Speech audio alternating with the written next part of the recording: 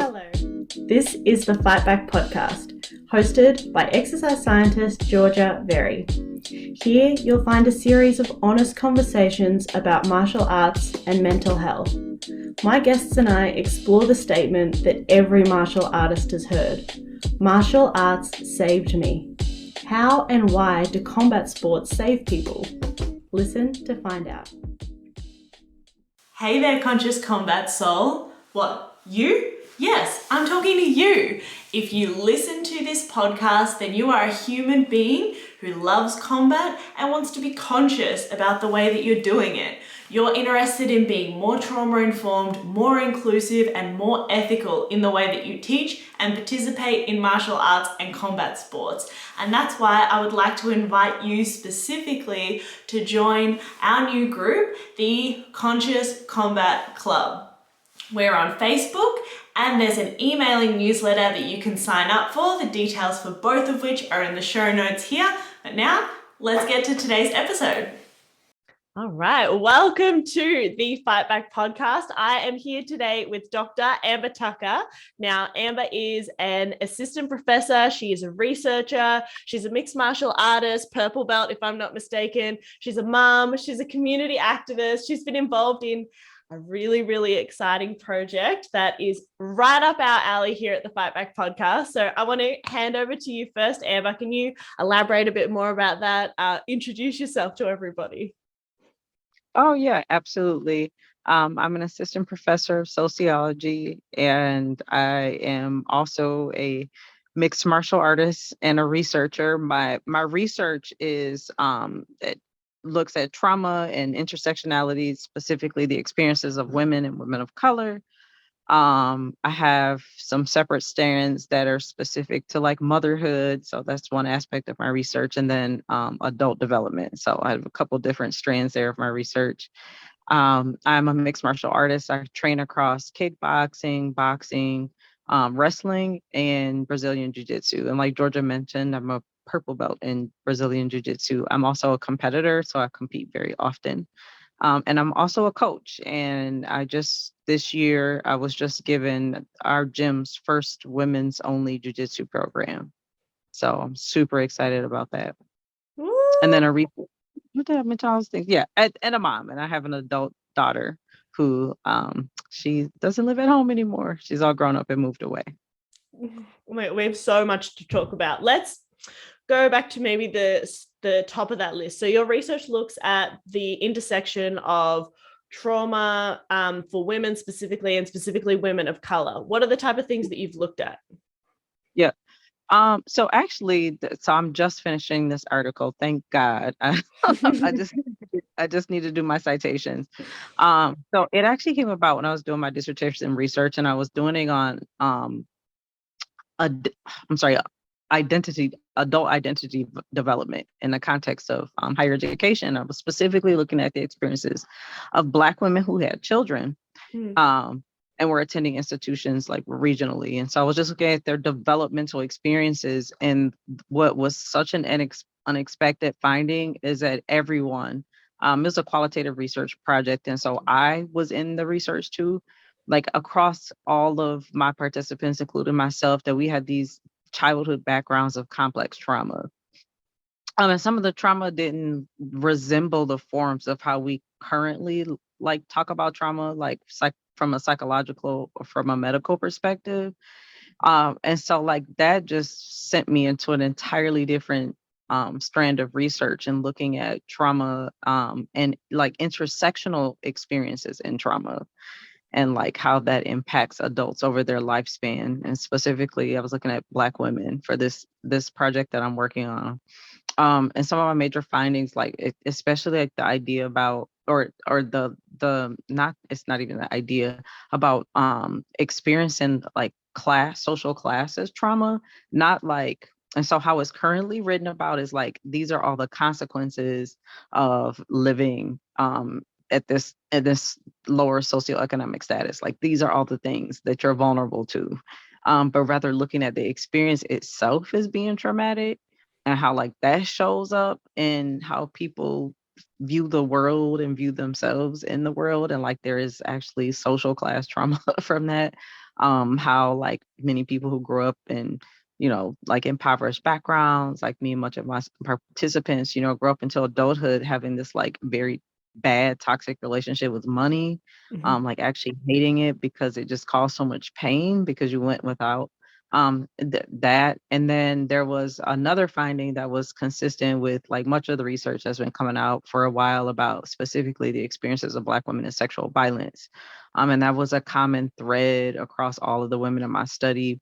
And if it wasn't interpersonal violence that they experienced, it was generational sexual violence. So I think like all the women, or the majority of the women, talked about having intergenerational sexual violence as a family trauma, like the ancestral trauma.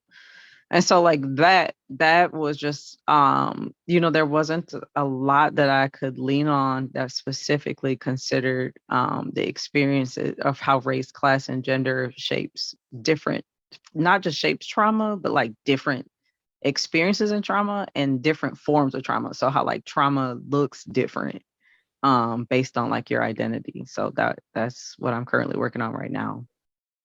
It's super interesting and super relevant because I've been teaching this course about applying trauma-informed principles for martial artists, right? And we got up to the 6th principle of trauma-informed care, which is understanding gender, historical, and cultural issues. And I started to teach on it, and I was like, I feel like I can speak to gender, for some part. Of course, I can't, because I only represent one gender. But when we started to speak about ideas around racism, around, classism, around historical issues, I was like, there's just doesn't feel like there's an amount of research reading that I could ever do that would give me enough perspective. Like, we need to pull in people who have lived experience in this space and then listen to them.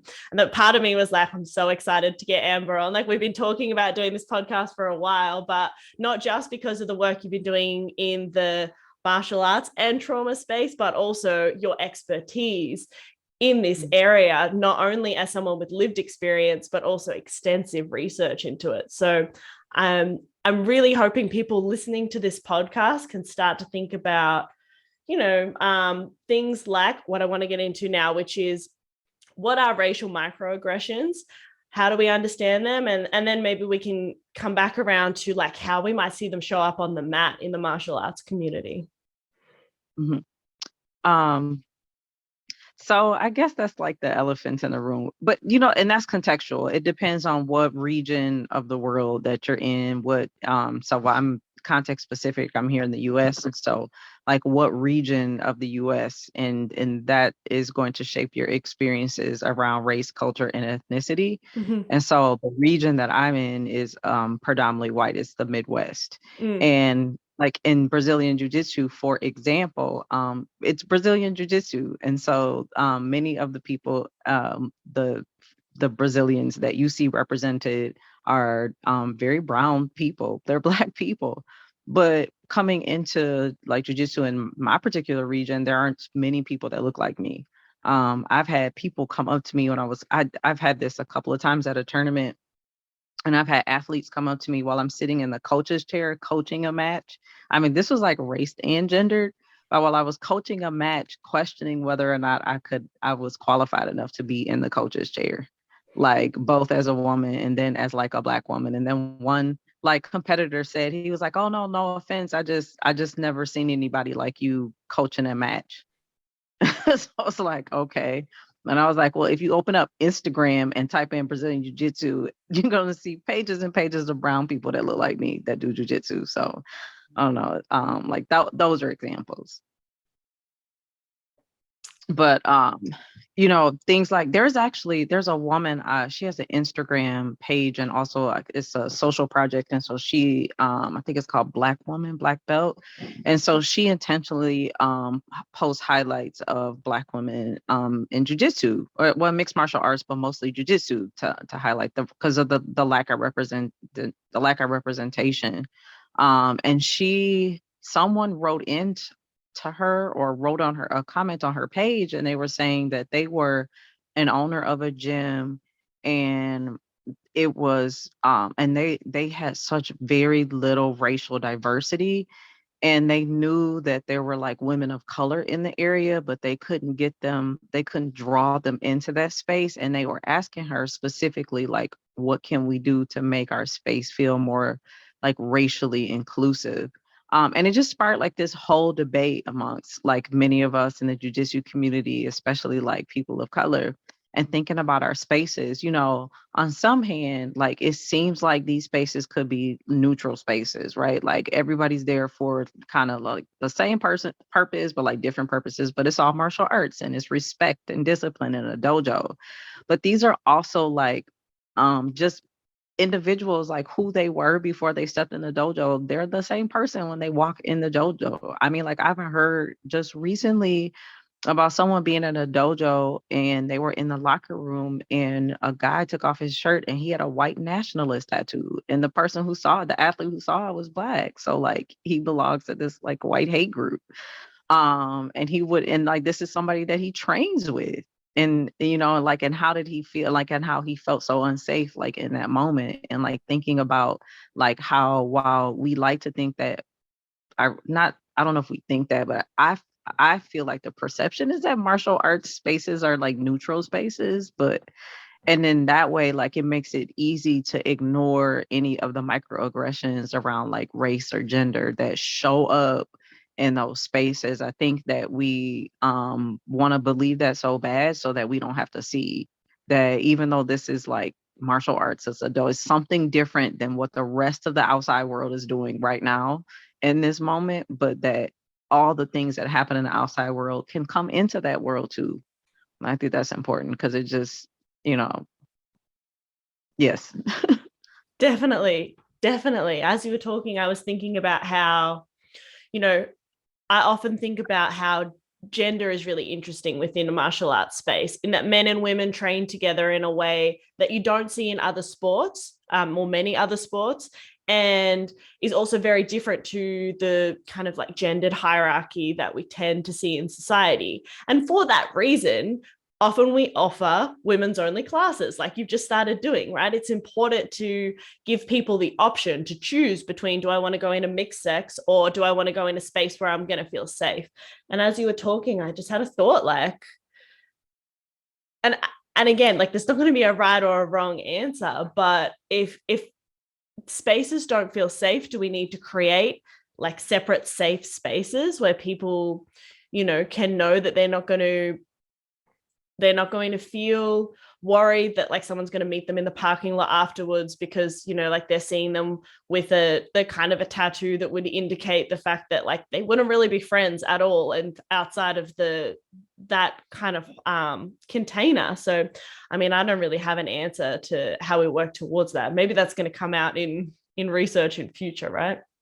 Yeah, right. Like how do you, like these spaces that are like on the surface inclusive just by the nature of how it's structured, right? Like martial arts is one of those few things where like so many different people from like different places in life will meet in one common space for an extended period of time. It's like one of the few activities, hobbies, spaces where like that could happen. So yeah, that's definitely a conversation about, reconsidering or even thinking about martial arts spaces as safe spaces. Like, do we even put that label on them?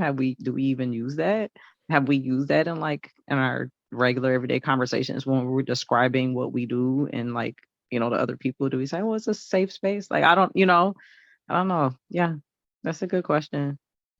And it's the right That's a time really to good. be asking those kind of questions. Like the jiu-jitsu world certainly has recently been quite rocked by the sexual assault allegations that are coming out, particularly, from Fighters Express, but other gyms as well, that just kind of reminded the community that it's not a well or a like waterfall that you walk through and everyone's just kind of purified on the other side of stepping on the mat. Like if somebody is a sexual predator off the mat, they're a sexual predator on the mat. If someone's racist off the mat, they're probably racist on the mat. And I think the thing that I really don't think I have a full understanding of, but I'm starting to get an appreciation of, is that racism is something that's even more insidious because people don't realize. Like you can't really be a sexual predator and not realize it.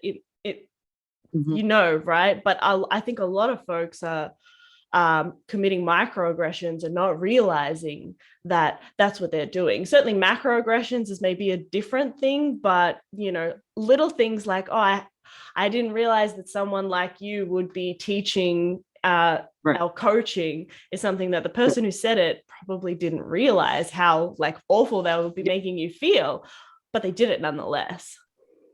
Yep. And then there's like speaking from, I'm just going to speak from personal experience, like Yeah, some of please. the, like the racial, like microaggressions are racial and gendered most oftentimes for me.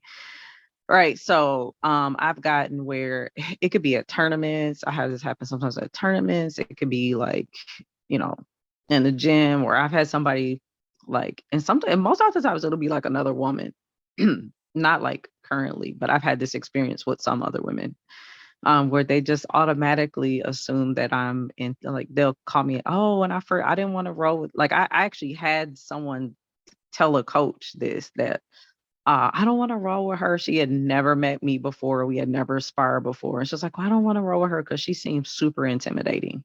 And so like I get that a lot, a lot, a lot. Like, oh, when I first saw you, you're so intimidating. Oh, I see you at competitions, you're so intimidating. And I go, and it was interesting because like so oftentimes the people that would tell me that I was intimidating are people who like were just as skilled as I was, or like their body type and physique was like similar. And I'm like, why would I be more of a threat to you? And so like that is the most common experience that I get in the mixed martial arts community, about the assumption that I have like this extraordinary strength or power. Like I am strong, but like so are you. So, but like my strength is like extraordinary, and not an extraordinary strength to be admired, but like one to be feared. And so like that is the assumption of like that, it's super hurtful, right? Like, always assuming that I'm like either physically or like mentally strong at some capacity means that I can never be vulnerable ever. Like if I'm experiencing pain, then like no one needs to care because I'm so strong that like, I'll take care of it. But yeah, that's my most common experience, is that assumption of like, and many times they're referring to like physical strength, like I have some extraordinary strength because I'm Black. I'm a Yeah. Black woman. Hmm. And that you also wouldn't um exercise control. Like the whole point of doing jiu-jitsu and training with each other is like, even if you did have some like capacity, you wouldn't unleash it all upon someone unwillingly, just like as if it's poor harder when we're in a competition straight away, like without rolling with someone. People, for someone to make that judgment like that is like, Yeah, it's yeah, not that's the cool. most common. I get that a lot from women, a lot, a lot, a lot. And I'm like, but I just saw you go roll with this 6'1", like 250 pound, like athlete. And then, but you're intimidated by me. Okay. Is there anything that coaches can do to create a culture where those type of microaggressions and other microaggressions are absent or reduced? I mean, honestly, I think they're unaware of it, right? Like, so awareness is probably like the initial step. Mm-hmm. Like, and that's exactly why they're microaggressions, because they're microaggressions, would it, Sue, the one of the ones who coined it, said that there are 1,000 paper cuts, Mm. right? Like, one paper cut is so small, it's irritating, but like it's not enough to like cause a loss of life, or like, like, debilitate you in some type of way. But like after a while, you keep getting more and more and more, like that one small paper cut is like now this festering unhealable wound. So it's like microaggressions, they're painful, but they're micro insults. They're like so subtle and painful. And the most insidious part of them is because they're so subtle, like they're almost undetectable. So you have to do the job of like convincing someone that you saw what you saw and you felt what you felt. And if they don't see it, like if they're unaware of that, then like it's even more painful, because like now you're not even validating what you're experiencing, especially if everyone else around you is telling you that's not what it was. That's not what it was. Like overreacting or like you're bringing that into this space, like that stuff doesn't happen here. So I think the first part is just the awareness that like people's identities matter on the map. Like you can't just like that militaristic approach where like everybody becomes a universal soldier after they've become stripped of their identities. Not like that, like in martial arts. Like it has it like, the structure and the discipline or whatever. And like, yes, we transform into martial artists, but we still are like human beings first and our experiences are next. So I mean, I guess with just like that's like having awareness of how that kind of stuff functions or shows up in spaces. And just the awareness allows you to be able to like look for it where you wouldn't ordinarily expect it. Check in on like the students who are under the marginalized students and the underrepresented in your academy. If you have an academy that's like male dominant, like check on the women students and see how they're doing. Like check in with them. Ask them what they need instead of just assuming. I think that, yeah, but the gender, back up a little bit, the gender pieces. I mean, I was just talking about this the other day. Unfortunately, the majority of the injuries that I've had have been because of that subconscious belief that they have that some, not all, but some men have, that we don't belong in that space. And it's a subconscious thing, just like the microaggressions, like it's a subconscious thing. So like it's hard to attack it and like confront it because like even the people who are doing it don't even realize that they're doing it, right? Like, I had an injury from like a guy who thought like, I don't know, I'm a higher rank belt and like I just know more and I'm just more skilled and I also am bigger. But like that, I see it's like this look in their eyes that I see when they go, uh-oh, I'm not going to be beat by a girl. That's what I call it, the I'm not going to be beat by a girl look. It's like this switch that you see, and then it just goes all down here from there. And then he had injured me and he did something that wasn't even like jujitsu, but it was survival. He was like in straight survival mode. Like, and his the thing that kicked in his survival mode is that he thought he's gonna be beat by a girl. So like that's how it shows up a lot. Or it can be like the gross opposite where it's like some men will be like, well, I don't want to roll with you because I don't want to hurt you. Or, like, oh, I don't roll with women. Like, I just feel like I shouldn't, roll with women. Or, and the last one, what I hate is the ones that roll with women, but like play with them like they're kids. Be like, oh, look, you got me, rear naked choke, like you're so good.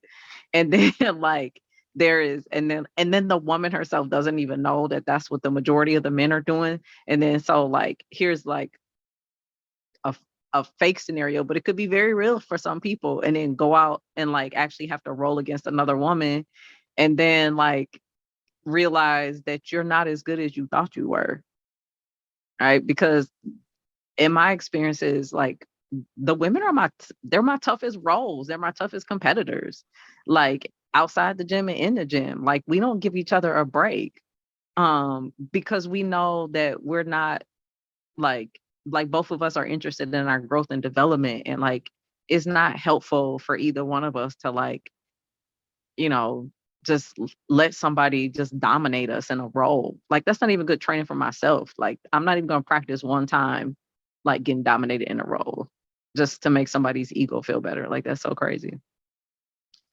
But anyway, but like that gender piece, that's I think that's the worst as far as like being an athlete, because it's like none of those things are helpful to my development as an athlete. None of those things.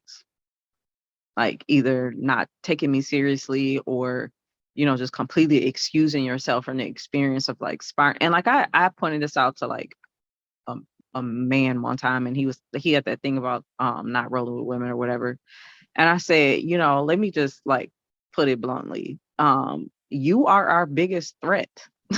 Like statistically, you are our biggest threat. So like if a woman comes in here and she wants to do this and she wants to like, get past that trigger or that fear, like by exposing herself to the trigger and like wants to continue and wants to roll with you so that she can get past that in like a controlled environment, why would you deny her that?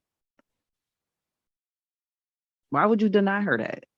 Like, what is that? Like benevolent patriarchy? Like, let me protect you, so don't go anywhere because I'm protecting you. But you have no freedom, but you're protected. Like, what? No, definitely. I had an experience like a week ago where I rolled with a woman at a woman's open mat. It was really cool. We like had a bunch of clubs cross training, and I rolled with her, and she was like a new white belt or fairly new. And she tapped me like fair and square because I'm competitive. Like I don't just let people tap me. Mm. And she tapped me and she was like, "Oh, thank you so much for letting me take your back." And I was like, "What?" I did not just let you take my back, but she had only ever rolled with men, right? So because Mm. she'd only ever rolled with men, she was just so used to not being sure, like what she was being allowed to do and what she genuinely did.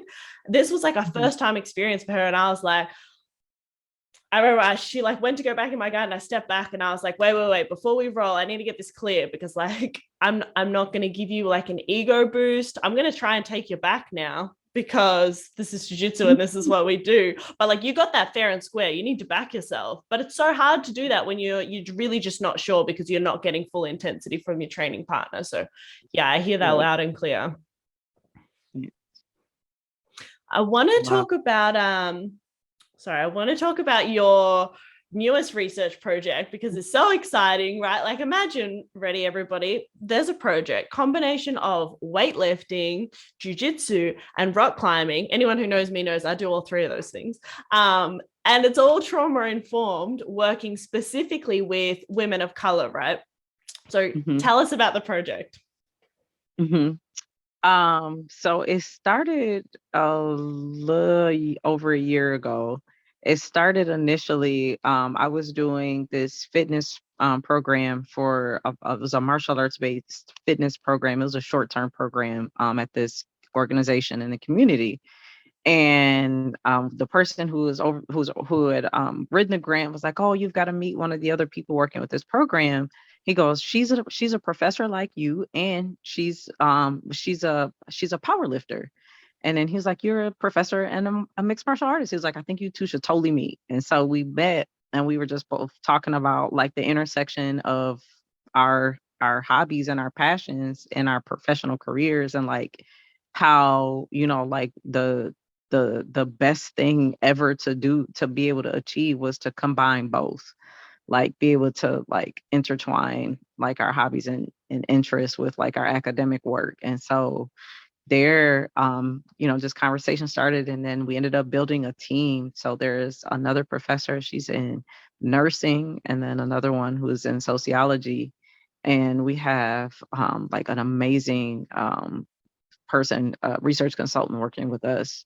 She has an MSW in social work. So we are talking about like how do we well, one, just thinking about the benefits, like the personal benefits that like our hobbies had for us. And like one of the things that we both talked about was like using it as like a healing modality. I also so I think one of the first experiences that I shared, I was like, when I first started, like I was initially just looking for like different kind of like a level of fitness. But when I went to my gym, like they actually ended a fitness program. I was like, just take the regular technique classes and you'll get better benefit. And I was like really hesitant at first. And I was like, no, people actually like are punching each other in the face and kicking each other in the face. I'm not doing that. But eventually I went over, and my hesitancy was like about just some trauma that I had in the back and like earlier in my life. And so after like just being in it, I started to just feel like super empowered. Mainly about my personal safety, because I had always been like an anxiety of a fear of not being able to keep myself safe. And like over time, training, it wasn't like just the skills that I was learning, but it was like the mental confidence that I had, like just that. And then I also have depression. And so I was going through a period of my life where I was just like, I was in school, I was in my PhD program, and like I was parenting and like working. And I also have like mental health, I also have depression on top of all of that. And I just was in such a deep, low space. And like one of the things that I did when I could was like go train. And it was odd that it like made me feel better because I used to also run and I knew like the effects that running had, which is why I ran. but like that would only be temporary. Like after, I would use that as a coping mechanism, it wouldn't be as effective anymore. But it was different with like martial arts. It was like more long term and lasting. It was really interesting as I was talking to the owner of our gym, who also suffers from depression. And he was like, "You're here every day." I was like, "Yeah." It's like sometimes when I walk in here, I just like immediately feel better. And he said, "I painted everything yellow, like all the walls are yellow, like everything's yellow." He said, "I painted everything yellow because I have depression, and yellow mimics sunlight, which makes you feel better." And I was like, "Oh my God." And then like, and it wasn't just that, it was like the experience of talking to like another person about depression at space. And it was funny because like that conversation sparked like so many other conversations about depression. Like just for like the athletes and like fighters, like it was like something we were all struggling with. And like that was one of the spaces that we were using to heal ourselves. And then when I started jujitsu and like adding a new skill set to like, you know, my repertoire of like self-defense mechanisms, it just like the whole thing was just so impact. Like it had completely shifted my life because it shifted my perspective, which shifted my reality. And so I just wanted to see if that could be something that somebody else could experience. And with my other research partner, the one, she's a trauma informed power lifter. She's also a competitor. She still competes at international world levels. She's amazing. And so it's like the same thing with powerlifting has done for her in terms of healing, like mentally and emotionally. And so that's kind of like the basis, like the foundation of like our research project is like, can we think about because obviously like movement, not just physical activity, like movement is like a central theme in like the activities that we were doing, movement and like thinking about what are some barriers to movement for people and like why, and so like we went through all the gamut of things and like especially like gender, obviously, right, like all the different stuff, the stigmas and stereotypes around like even like women in weightlifting, for example, right, or women in martial arts. And so we went through all of that and we're thinking of all the barriers and like, the economic stratification, like all of that. And so we were like, and which populations are most affected or have least access to like these types of like movement and healing modalities. And so women of color um are populations that are most effective, like one, like just start with the idea and perception about like, what like we're supposed to be doing with our bodies, that like the goal of exercise is to, you know, discipline our bodies. And that is such a harsh perspective to take on your body. Like the vessel, the amazing vessel that carried you from the moment you like became a real thing until your death. Like why would I want to like inflict punishment? Like it's punishment. Like why would I want to inflict punishment on my body?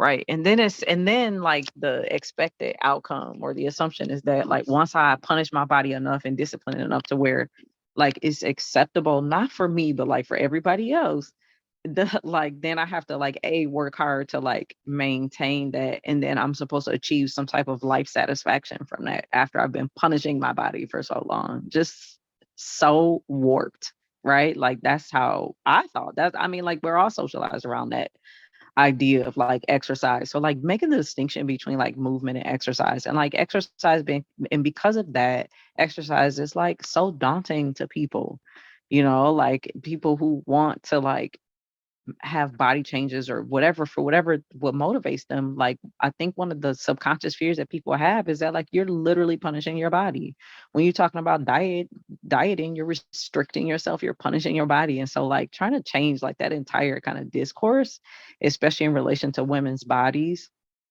And then also thinking about like how how we wear life on our bodies, not just like the wear and tear that life has on our bodies, but like how we wear life on our bodies, how we wear our experiences, and like specifically trauma. Like trauma shows up physically, it shows up physiologically in the body, and then it shows up like emotionally, and how we like, if we aren't aware of them, we can actually just be walking traumas, interacting with other walking traumas if we're not aware of how like they shape, all aspects of ourselves. And so movement for me was something that, like, let me back up a little bit. The experience of trauma disconnects your mind from your body. So like there's this like conflicting relationship between your mind and your body, because if it's a personal a personal or physical like physical violence, right? Specifically physical violence, for me, I'm speaking personally, physical violence was that type of trauma. Absolutely gave me a mind body disconnect, because I didn't realize that I had carried around all this resentment from my body, because it didn't do what I thought it should have done in those moments, like to protect myself. Like it betrayed me and didn't keep me safe. And it's specifically because like my survival response, is fight, flight, freeze. The other one is, but mine was freeze. And so like that, I would carry around not just like the pain of the experience, but like the anger and bitterness and resentment at myself, because like I didn't act the way that like inside I know I could act. So like martial arts also helped me reconnect my mind to my body and gave me like this new appreciation for it. And like and just addressing like those wounds that like I didn't even know were there, but I was living them out through my body. So like that, like those philosophical ideas about like why we intertwine the like movement modalities we did, like the powerlifting, the same for Noel, like not thinking about like revolutionizing like weightlifting, especially when it comes to like women's bodies, and like the idea about like women shouldn't be weightlifting. I mean, this was so crazy to me. Like this man said, I said something about being muscular, and he was like, women can't be muscular. And I was like, what do you mean women don't have muscles? What are the things that are holding up our skeletons when we walk around? Like, what are you talking about? Like everybody has muscles. And like it was like he looked at me so crazy. And I'm like, you literally think women don't have muscles? Like, what is holding up our skeletal frame, yo? And so and like but women in that same perception, like with that same thing, like like when the fitness beginning of the year, like Happy New Year, get fit, kind of like that propaganda goes around, like what I see on all like the social media sites and the blogs, when they're like mass like advertising these like get fit programs, like in the comments women are like, well, I'm not trying to get muscular, or like like I just want to get toned, like I don't want to, like this, fear of like lifting weights. And then also like the end goal too. So one, the fear of lifting weights, like somehow is gonna like masculinize you. Like men say that too in the comments, and they absolutely masculinize women that do lift weights. So like that perception is like accurate from women.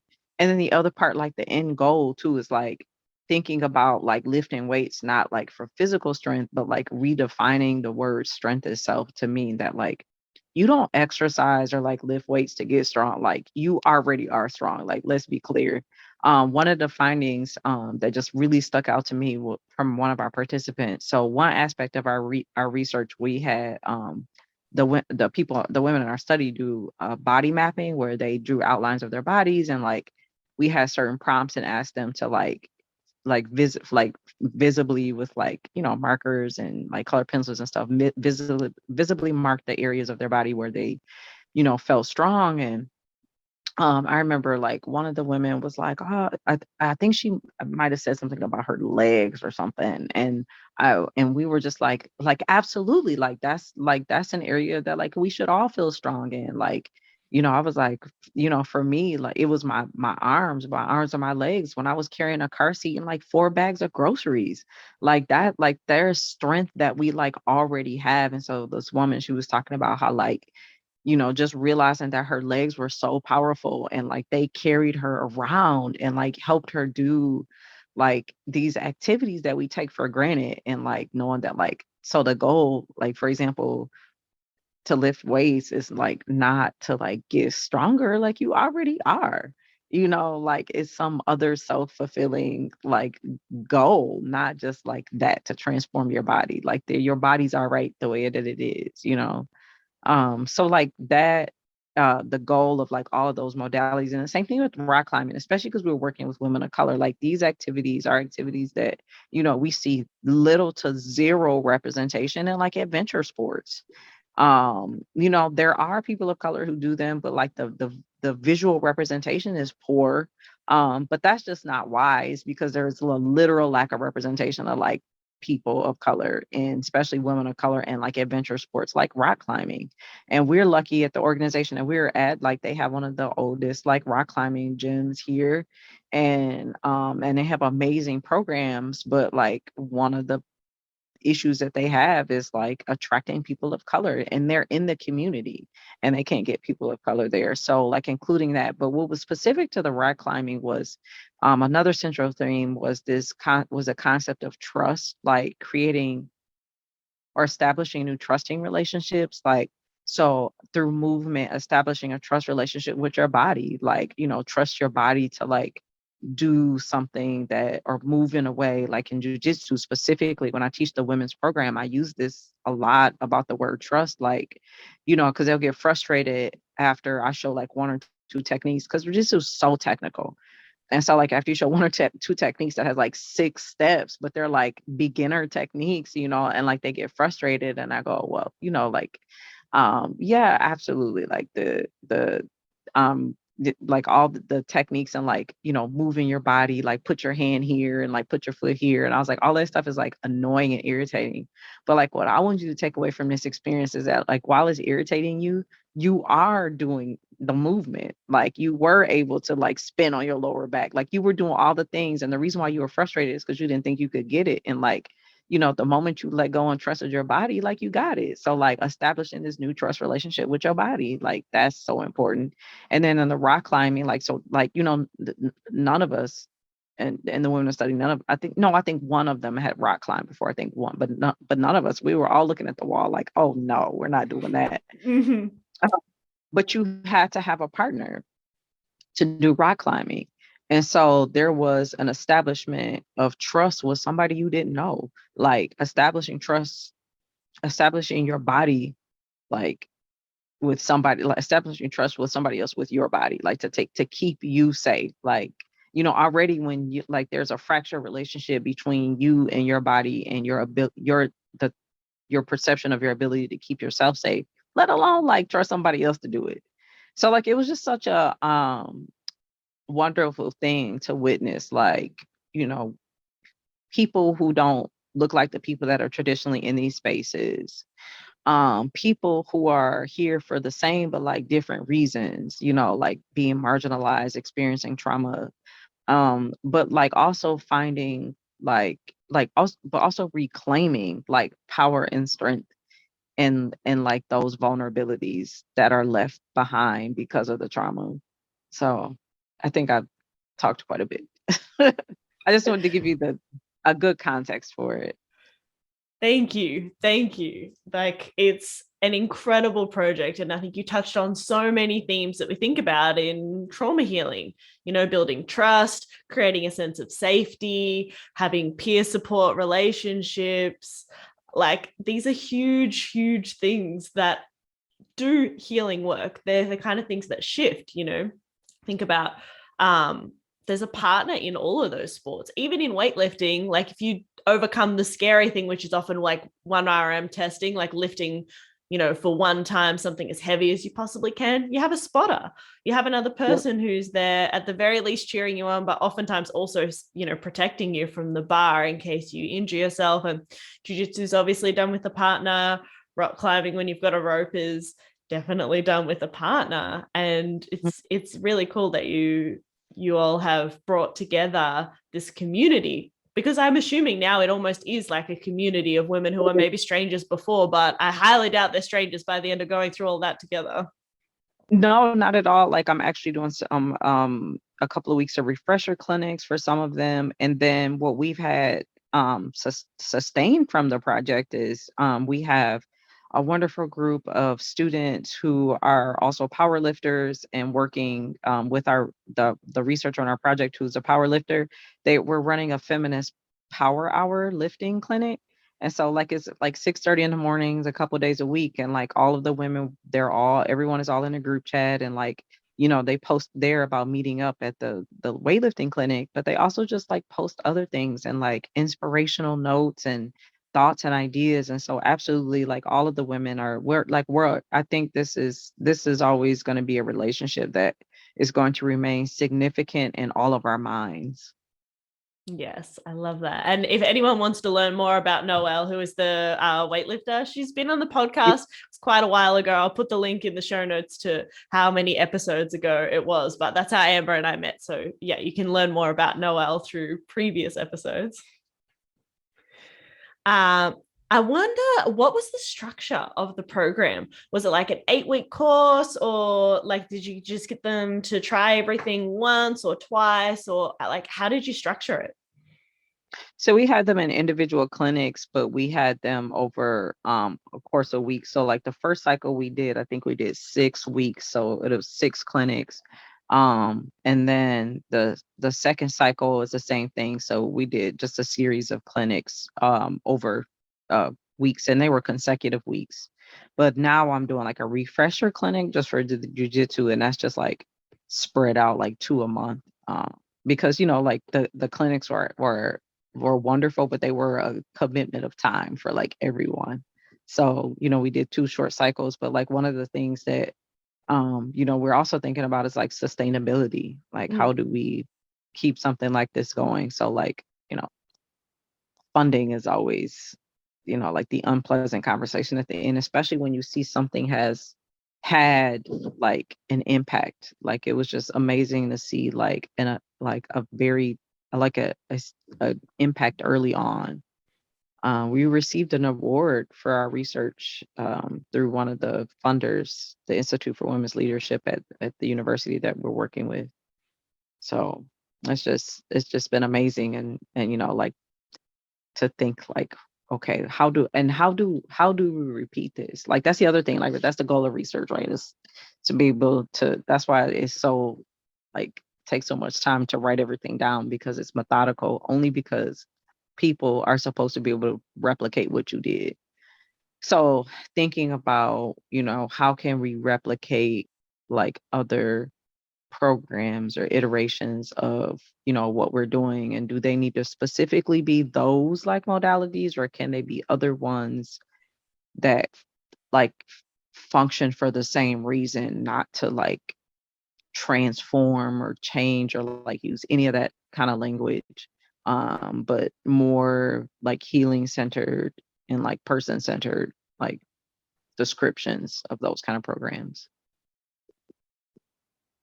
Do you think so? Or Yeah, not? I can't absolutely. say yet. Money.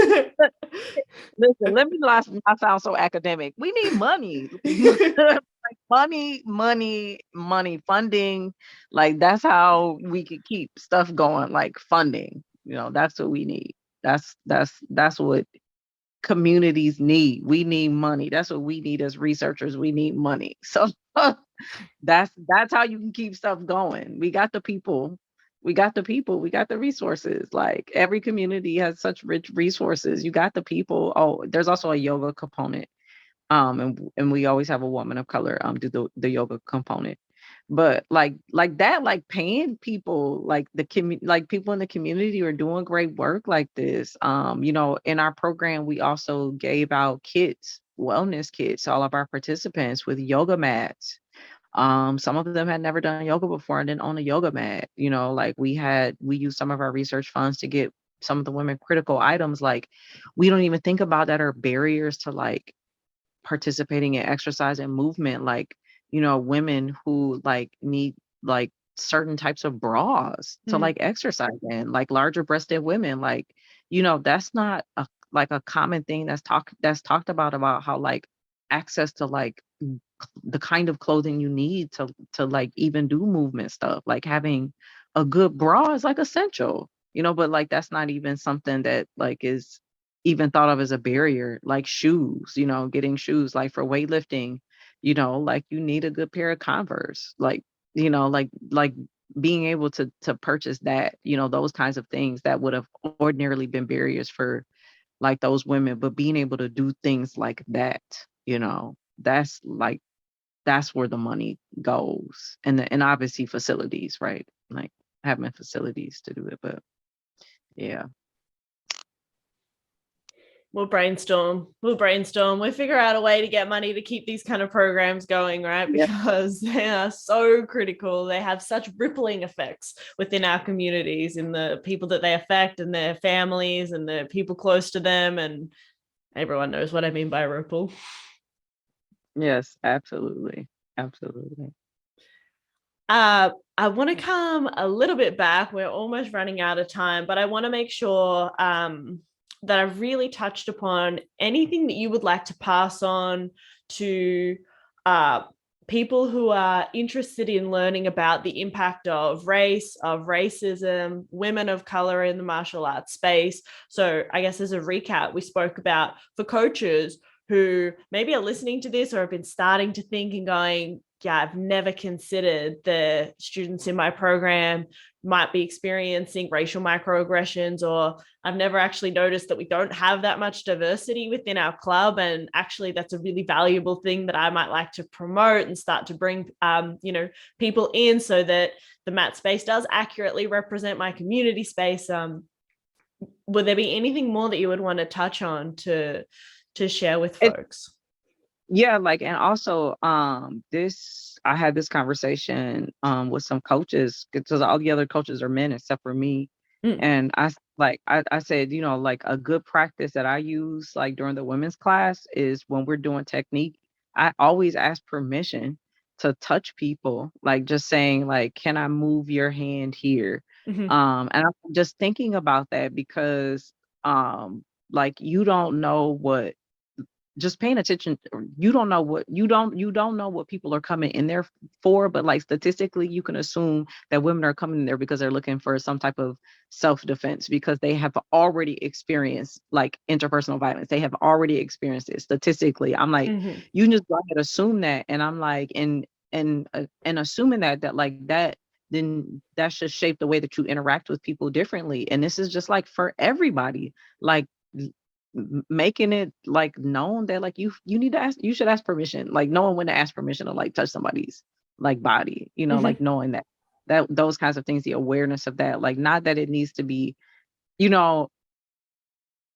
just educate yourself. There's just there's there, because it could go wrong where someone is their hyper awareness, which can also negatively shape the experience, because there will be some women that don't come in there for that, or they're not there in their life, or they're even acknowledging those kinds of experiences that they might have had in their background. I'm not saying that, but just practicing humanity with care, in those spaces, for everyone, and not assuming that because these are all adults that you don't have to have mat conversations, after class mat chats. Listen, y'all are adults, I shouldn't have to tell you this, but don't do this. This could be offensive to people. Don't do that. I every now and again. And you never know. We have mat chats like that sometimes where some people roll their eyes and it's okay, example, the hygiene mat chats. There are people that roll their eyes oh, I know. But there are seriously people who didn't know. You need to wash your belt. They're that kind of stuff. There's a couple of people who will have benefited from that mat chat because they honestly didn't know. And especially when it comes to the microaggressions, a lot of them are subconscious, so people don't even know that, oh, I probably shouldn't say that, when I talk to this person, because that could be offensive. So I think that's important, that those mat chat conversations around some of those topics, I think could be really helpful.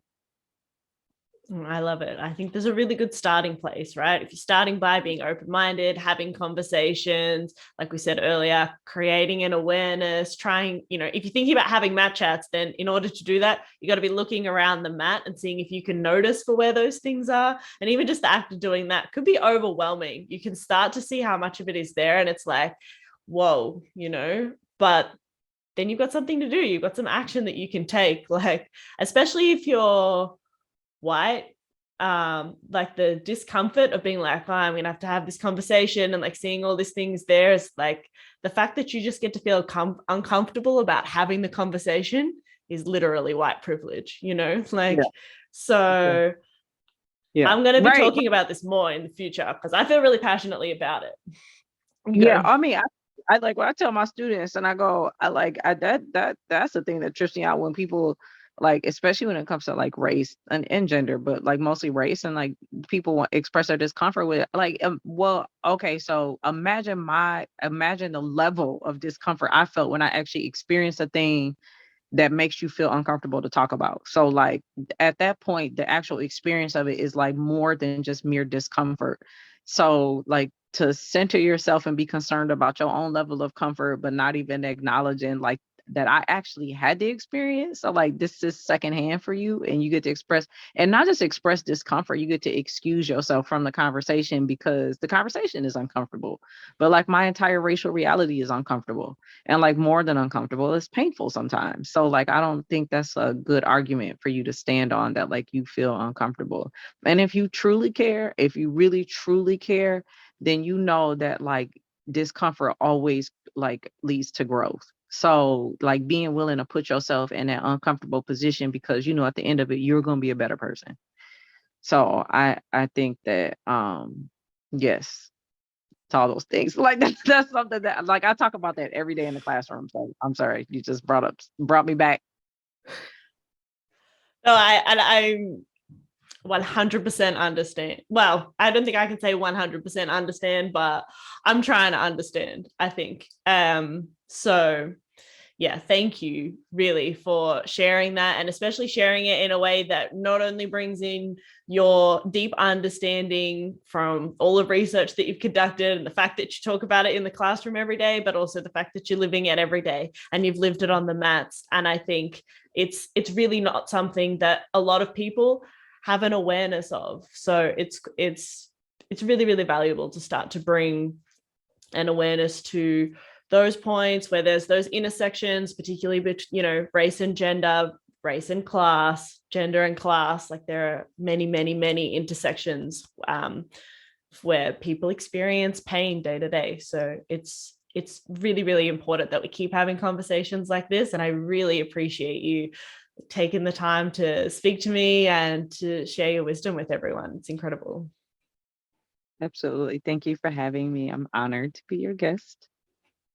Can you tell everyone where they can find you if they want to find out more about the project? I know you all have a documentary coming out soon, all those kind of good things. Yes, we do. So we are on Instagram, and we are at Justice in Movement. Mm-hmm. And then we have, I'm not sure if these are public. We've done some conference presentations. I don't think those are public, but for now, like we're on social media. Justice. Oh, and then we are our video, our documentary trailer is on Vimeo at Restorative Justice in Movement on Vimeo. Awesome. I am going to put the link to that, put the link to the trailer. I'm going to put the link to your Instagram in case anyone wants to get in touch with you and check out what you've been up to, all in the show notes so people can follow up. But again, I can't thank you enough. Thank you. Thank you, Georgia. All right, take care. Have you thought of something to be grateful for today? What was it? I'm grateful for the amazing women that train with me at the Fight Back Project. I'm grateful for Nari and the beautiful song Shape Me, heard at the beginning and end of every episode. And I'm grateful for you, for listening to this show and helping martial arts keep saving lives. So thank you, from the bottom of my heart. If you'd like to leave me a review to help more people find the show, that's a bonus. You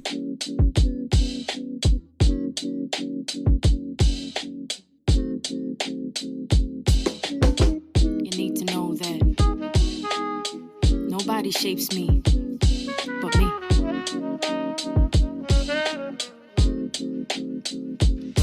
Don't gotta tell you what my name is, I don't gotta explain it. Walk in the room, hear a boom erupting like I'm famous. I'm here shedding shells, I'm shameless. I fear nothing, no complacence. Walk too many tight ropes with no hope, so I became this poster they hold over all the heads of trauma holders. You don't need to know my history, I move boulders. Atlas shrug, cause I lifted the weight up off his shoulders. No pretense of defense, move first like chess soldiers. This goes deeper than empowerment, cause I'm the one that power it.